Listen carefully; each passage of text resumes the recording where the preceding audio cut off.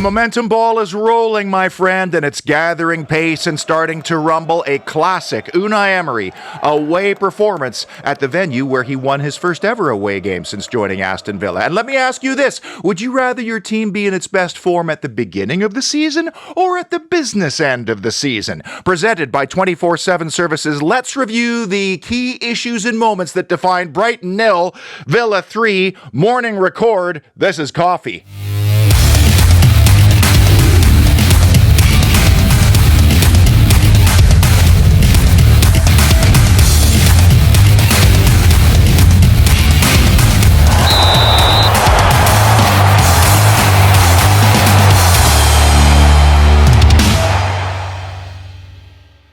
Welcome inside the parlor where I am still getting the nostalgic feels because it was during this time of the year over the last 2 seasons that we went over for our life-changing visits, and we met so many great people, many of whom I'm still in touch with, like Susie L. Shout, for example, who was at Brighton on Wednesday with her family, so I guess this is a Susie L. shout out.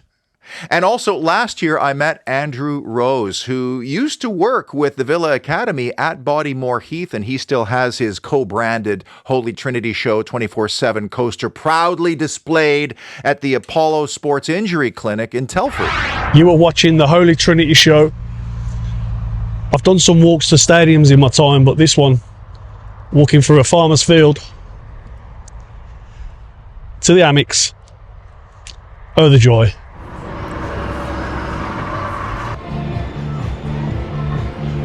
Just another award-winning perfect day for an away victory on the South Coast. Just look at Paul White by the seaside here in front of the pier, lubricating his vocal cords. I mean, the only thing missing from that scene would be if the Who came cruising by on their mod mopeds looking for a rumble, and you probably don't get that reference. Whitey was our correspondent at this game, and you know, We Are Villains has numerous social platforms for you to engage with, not just Facebook. They're on TikTok and Twitter, so hit him up with a follow if you wouldn't mind. And this is a Brighton side that was on a great run, FA Cup notwithstanding, but they have scored 2 or more goals in their last 5 Premier League games, and we clean-sheeted them at their house to leapfrog them in the table. Numbers are a funny thing. If you just saw the score, you'd think, oh, wow, Villa wiped the floor with Brighton. If you watched the game or looked at these stats in isolation, well, Brighton had the better of it. No argument there. But the game is about taking your chances, and once again, Villa did. And among the numbers I wanted to see was accurate long balls because they proved to be decisive. We had 21 of them in total for 46% accuracy, but 2 of those long balls led to goals. The extra stat was clearances. Even without Tyrone Mings, we managed 33 of them, and leading the way, Pau Torres with 8. And for those who questioned Villa dropping deeper after taking the lead and potentially inviting pressure, Brighton did not take advantage. Look at the big chances. The home side created none. The balls in felt hopeful more than dangerous. And for Villa, very rare. We created 2 big chances and buried them both. Daniel Malin's goal was not even considered a big chance.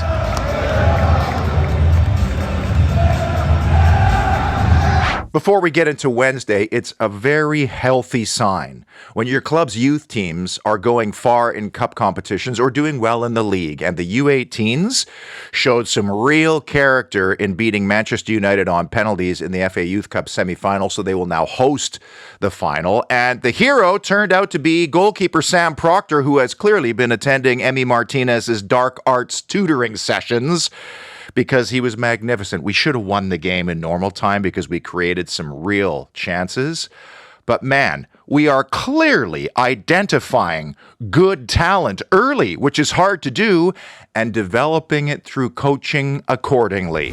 I'm not sure I would categorize this particular Villa performance as a statement-like win, but it was very close because I hold Brighton in very high regard, partially because of their owner, but also Paul Barber, who I kind of knew back in the day. He worked here in town with the Whitecaps, and I would put Brighton Hove Albion in the same sort of highly intelligent and one of the most strategic clubs in England, along with Aston Villa, probably Bournemouth, and I think Brentford as well. So this would have been a very bitter pill for them to swallow, because not only did they lose at home, where they've been very good, but they lost the table position. And that's coming on the heels of the FA Cup exit, which must have also hurt, having it at home and having chances. And now they're going into their unofficial and very weird derby with Crystal Palace at Selhurst Park on the weekend. A loss there could really hurt their momentum. Team selection is always a major issue going into any game, and I was certain that Ollie Watkins was going to start up front because he scored 7 goals against the Seagulls in the last 3 seasons.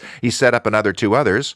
And Unai Emery instead rode the Rashford wave, and it kind of worked out, didn't it? Was it a hunch? Was it a calculated risk? Doesn't matter. He also kind of rewarded Jacob Ramsey in the process by keeping him on the left-hand side. Now, starting Pau Torres might have come as a surprise to a few, but he did all right based on the clearances. Now, will that change on Saturday against maybe a more physical Nottingham Forest side, when maybe Tyrone Mings might come in handy even without Chris Wood up front? And that brings us neatly and tidily to the 3 big issues or moments in this game, starting with what I was just talking about. And number 3, abundance of assets.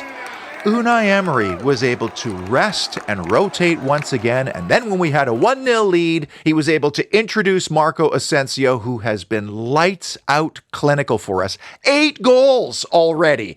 And then he was able to bring on Amadou Onana, who is huge for us, both literally and figuratively, because he's able to go into midfield and with those rangy long legs of his, win duels, keep us in possession, and he was sharp as attack also with his passing, and maybe most importantly, he was able to give Yuri Tielemans a rest, because Tielemans needs it. SSC for Cash, who was starting to labor and actually asked to come off, helped lock things down.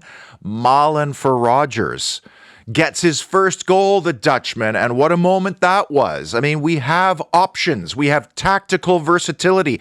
We have fresh legs during really challenging fixture congestion, and most importantly, we have competition for places in the squad, which, when we do actually get a chance to train, means that training will be sharper, players will be sharper. And I was astounded to find out that only Brighton has lost more games through injury than Aston Villa this season, yet look where we are right now, and what might happen if we manage to maintain our health and fitness between now and the end of May. The 24/7 Services Villa-obsessed crew is obviously loving what is happening right now, the results and the momentum as they undertake projects all around the country. 24/7 was founded on a roof, so roofing is a big deal, and here they are fixing some of the lead aprons and broken slate at Netley Court Care Home for regular clients, Healthy Estates Facilities Management. But as busy as the roofing division is, the painting and decorating division is absolutely booming right now. I mean, whether it's a residential property refresh in Walmley with some new paint and paper to a sweet-looking update at the Smithswood Snooker Hall, which is another returning client, 24/7 Services is dramatically transforming spaces, and Jay and his team will help you choose the color and the material. You're not on your own in this, so that your space can be rejuvenated for you or for your clients and customers, and spring is the time for renewal, is it not? So when you're ready, use the numbers in the description of this video or go to the website and use the Contact Us form so you can get your fair quote. A very intriguing subplot to this Brighton Villa game was the Matty versus Matoma battle, which occurred often on our right, their left. And there were some dodgy moments, like the first half tangle, shall we call it, which required a VAR check, a very brief one. But for the most part, you know what? Cash held his own, and he was the one who played the long ball that led to our 2-0 insurance marker. And I know Cash takes an awful lot of pelters from this fan base, but when you win the game away and you clean sheet the opponent, well, then you have to give the decision to Cash against a very tricky and talented customer.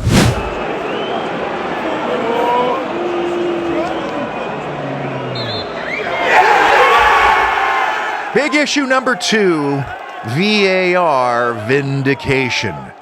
Oh, VAR, oh, PGMOL. Not a good day for PGMOL again. And I don't want to call this organization corrupt because, frankly, they're not smart enough to be corrupt. Like, imagine this organization is now going to implement semi-automated offside now at the end of the season. So had it been introduced a few weeks earlier, might the Ollie Watkins to Morgan Rogers goal at Crystal Palace have counted? Like, I mean, competition integrity has to be called into question here. It's like changing rules halfway through the season. It's ridiculous. Start the new system in the new season. After the Cash Matoma check came the Ramsey penalty incident. And every single pundit on my broadcast feed, Courtney Sweetman-Kirk was the analyst and Michael Owen was in the studio, but I saw several others chime in on social media as well. Ex-pros who know what a foul looks and feels like. They all said the same thing. Stone cold, cast iron, penalty. I don't know who Matt Donahue is, but I'm going to assume that he's never kicked a ball in anger like so many other match officials, because he was the man in Stockley Park who was responsible for not sending Stuart Atwell to the monitor. The excuse peddled to us was that it did not meet the threshold of a foul, which is referee speak. It's fantasy. It's theory. It's what these pencil-necked geeks say to get out of making a decision. The fact that it was a player who was already on a yellow card committing the foul only added insult to the injury. But now let me ask you, had Stuart Atwell pointed to the spot immediately and awarded a penalty, or had he been sent to the monitor, as he should have, and changed his mind after seeing the replay and awarded a penalty, then would it have magically met the threshold of a foul in subsection 3, category 4 of Law 11? You know, and this was on the same day. Did you see the Tarkowski tackle on McAllister in the Merseyside derby? I mean, these are people in Stockley Park who have the ability to sit and watch replays in super slow motion again and again and again, and they're still getting the decisions wrong. What's the point? But VAR karma would eventually favor the visitors, as not long after Marcus Rashford had given us the lead, Matoma was judged to have handled the ball just prior to a potential equalizer, following one of the few untidy moments in the Villa penalty area that I remember from that game. What I don't understand is why it took so long to review that particular moment, because it looked like the ball was right on Matoma's elbow. But, you know, the referees and referee speak, well, where is the sleeve of the player's jersey in relation to the ball? Needless to say, had that counted, the game would have completely changed, and so would the momentum. We did also get the benefit of the non-call on the Jacob Ramsey handball, which I don't think was a handball anyway, not even close, just after maybe one of the most nervy moments in the game where the Seagulls hit the post from a free kick. We got away with that one. And Ollie Watkins did appear to tangle prior to the 2-0 goal. Then he somehow stays onside and doesn't get into the line of sight of the goalkeeper while staying onside. So those went in our favor. So as annoying as the Jacob Ramsey non-penalty call was, maybe we should just take the VAR karma and the 3 points and just hold our breath until the next time we are screwed by Stockley Park. Wouldn't you love to have been fourth official Simon Hooper in this exchange between Unai Emery and Fabian Hürzeler? And by the way, Fabian Hürzeler is so young and handsome, and he managed St. Pauli, a hipster club, with all his fancy ideas and tactical intelligence. I think the assertion from the younger manager was that Villa players were going down way too easily because this happened just after Boubacar Kamara was fouled. But it is easy to see in just this image who's playing the role of Obi-Wan and who's Luke Skywalker. Another reference that if you're a younger viewer, you might not get.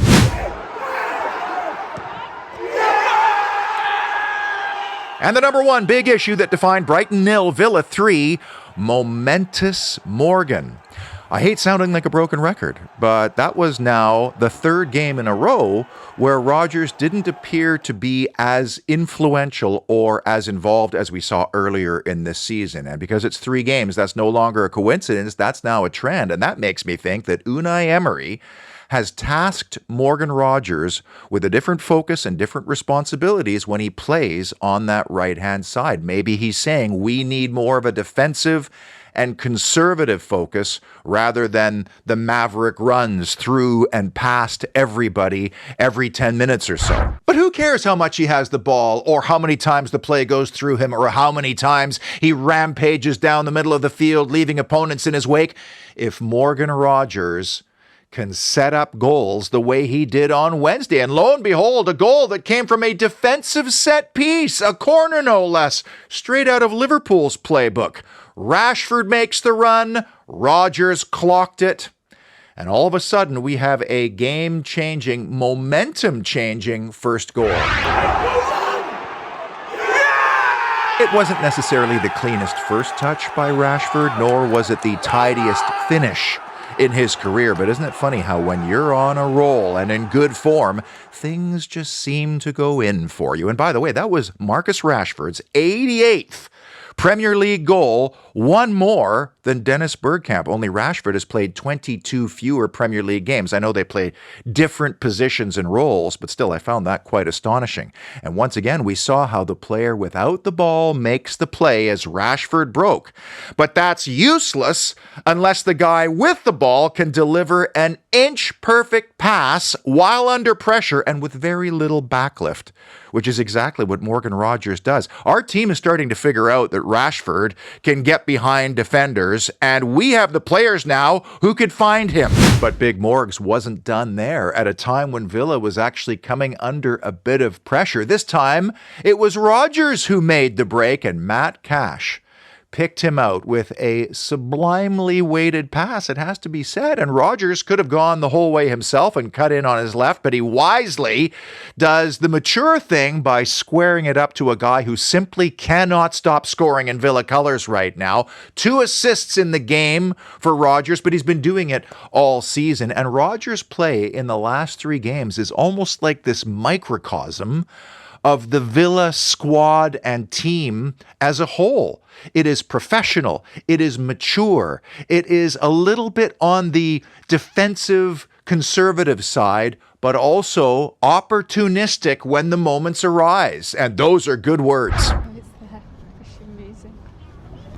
I haven't done this in a long while, and full disclosure, there may be some minor errors here because I had to go back and tabulate all the games I missed. Most interesting numbers for me after 30 games now, 20 goals between Watkins and Rogers. They have 13 assists between the two, and many of those have been to each other.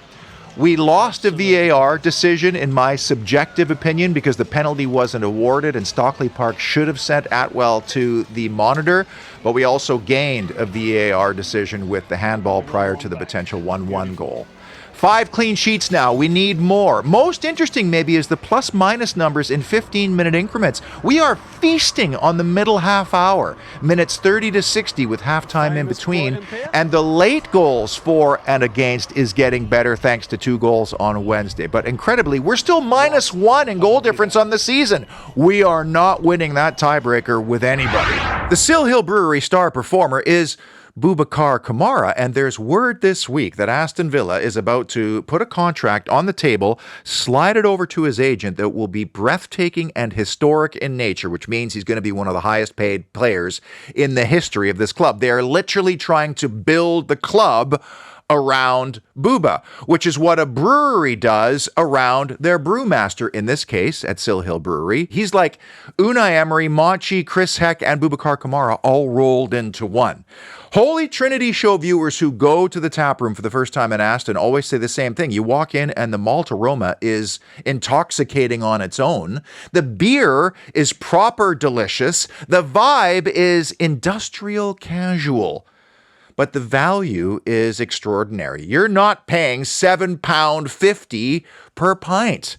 Forest, big occasion, later kickoff. Tap room opens at noon. Plenty of time to moisturize your vocal cords before casually making your way down to VP or Ubering over for what should be an historic game.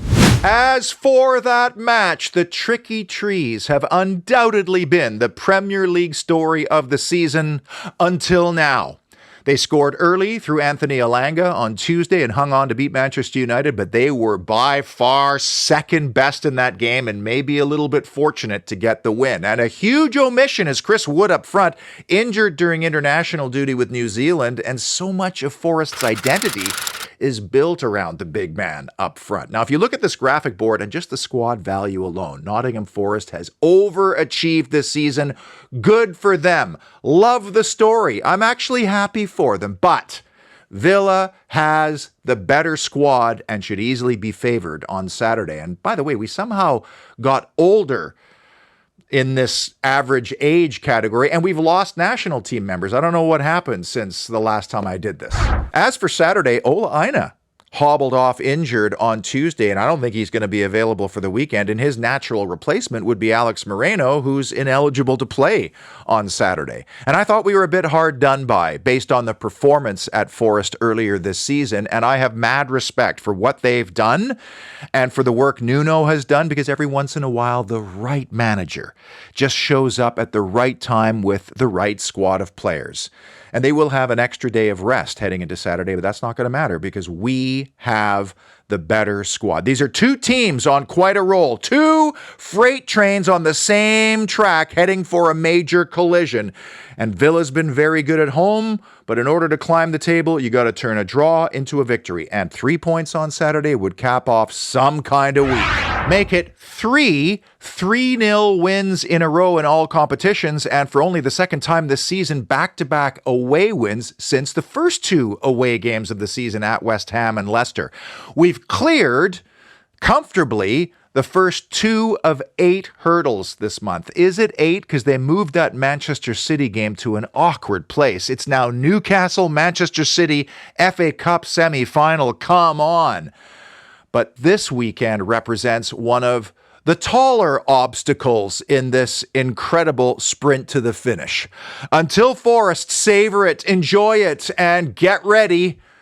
And until Forest, up the mighty Villa.